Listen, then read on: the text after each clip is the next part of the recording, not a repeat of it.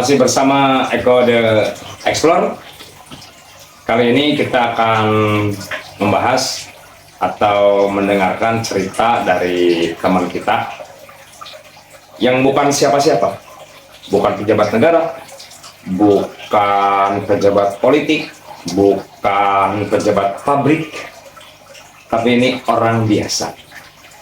Kita dengar cerita dari rekan kita ini, bagaimana bisa dia terjerumus.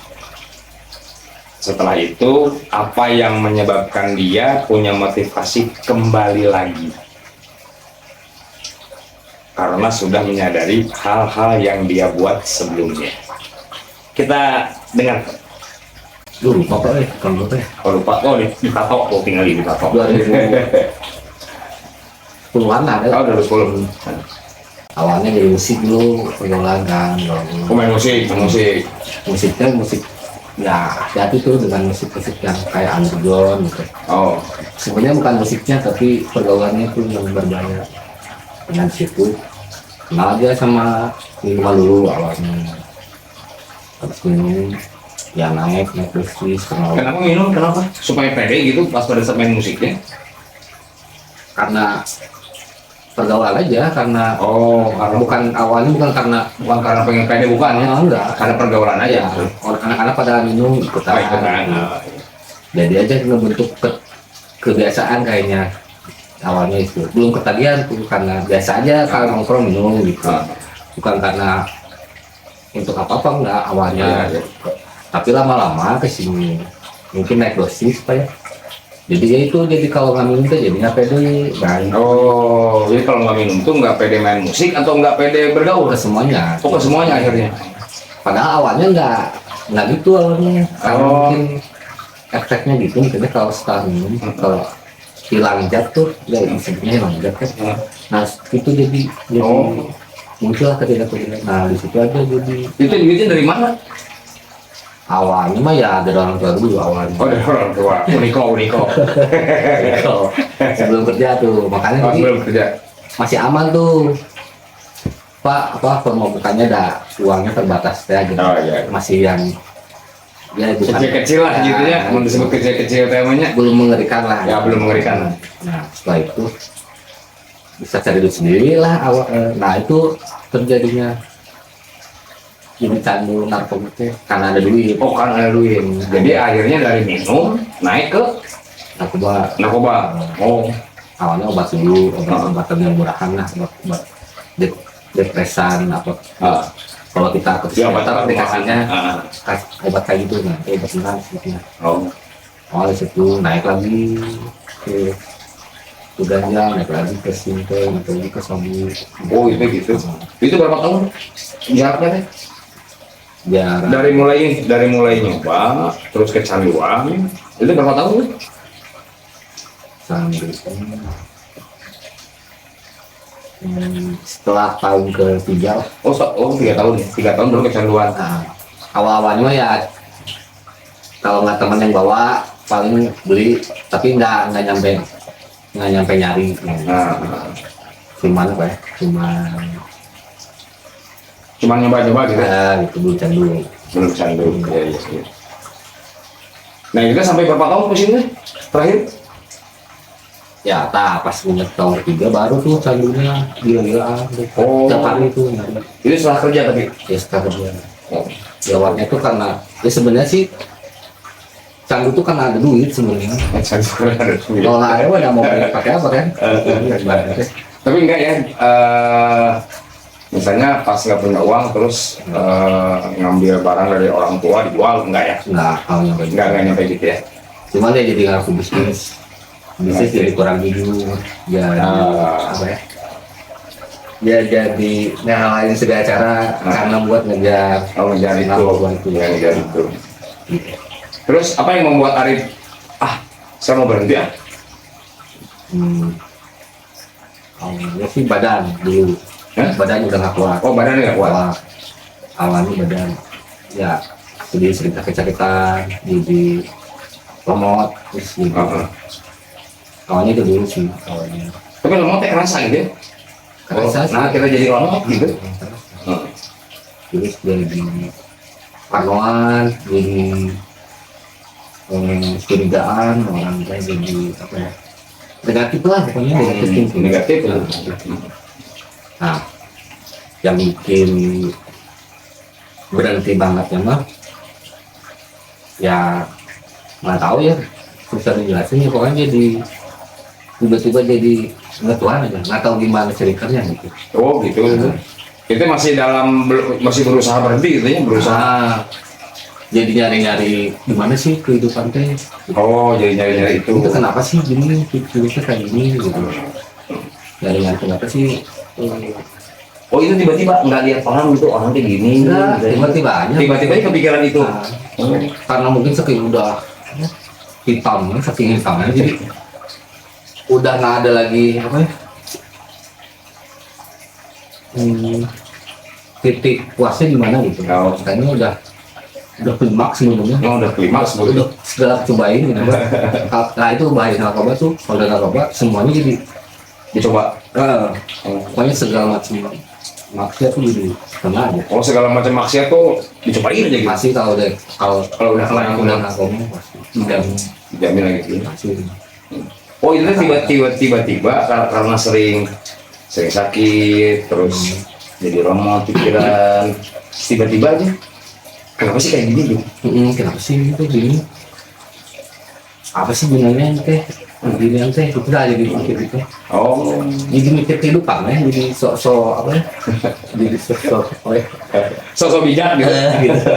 Tapi belum nemu apa sih mikir kenapa gitu? Pencarian gitu. Apa ya? Jadi nulis agama gitu. Oh gitu. Tapi mulainya sendiri gitu. Ya agak sendiri. Ya sama teman-teman teh ngobrol gitu ya?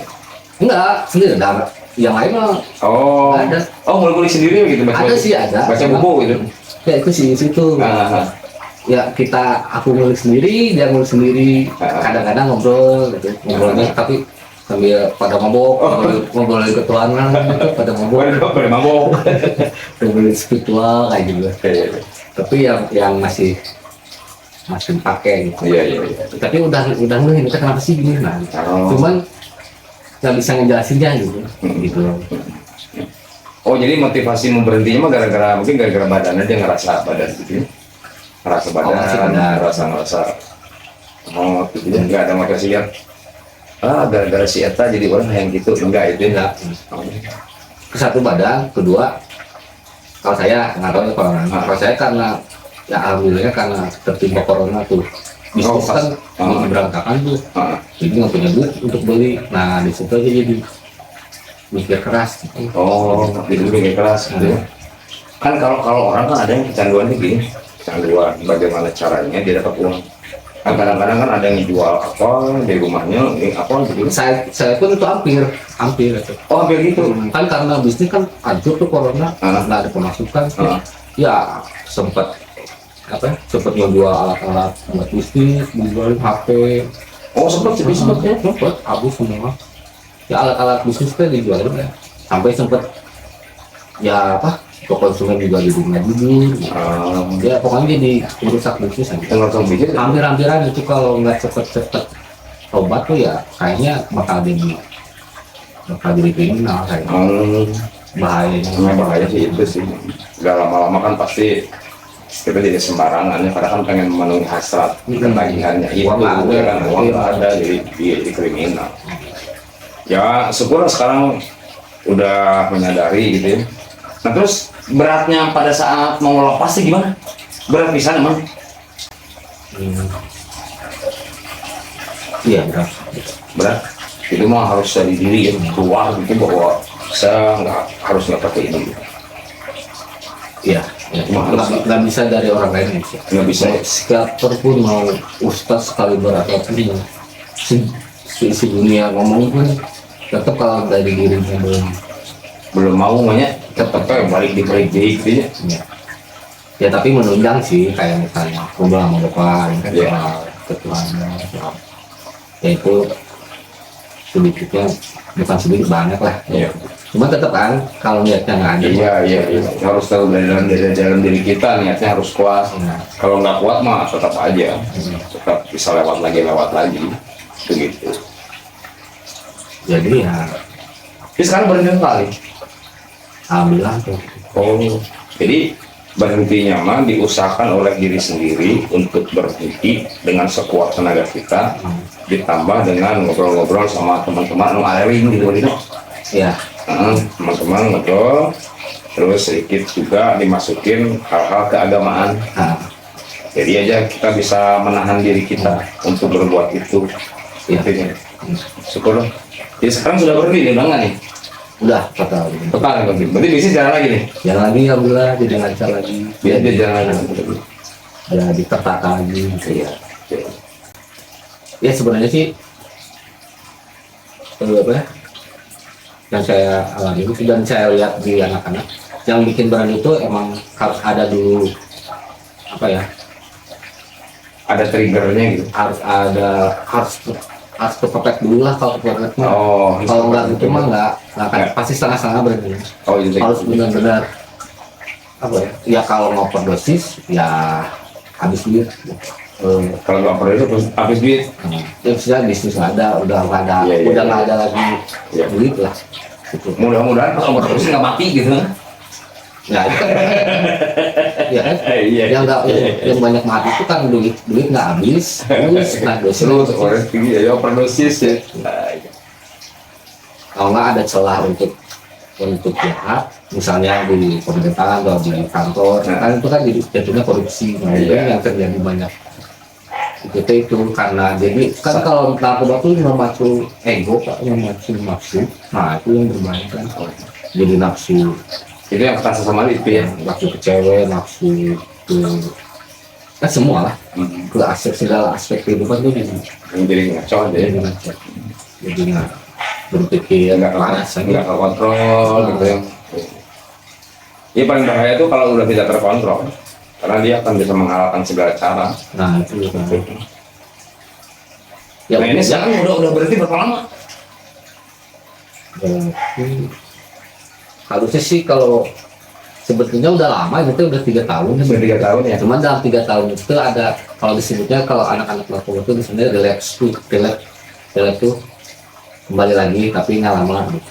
Dalam setahun mungkin sekali terjadi. Oh, boleh. Tapi nggak langsung jadi edik lagi gitu. Karena faktor ketidaksengajaan. Nah, persengajaan Bukan karena yang tidak enakan sama anak-anak yang lain ya, gitu ya. ya. Bukan karena ya udah Ya, jadi bukan karena ketagihan, udah bukan karena pengen lagi gitu ya. beda. Ya, ya harus berhenti total kalau bisa. Ya total, kita tata lagi hidup yang baru, bisnis yang baru. Ya mudah-mudahan kita kan menjadi lebih baik. Ya. Jadi ya. Begitu pembicaraan kita kali ini dengan teman kita yang bukan siapa-siapa, tapi pengaruh narkoba itu memang sangat berbahaya. Wah, jangan coba-coba, Ya, jangan coba-coba. bisa. Terima kasih, semoga bermanfaat.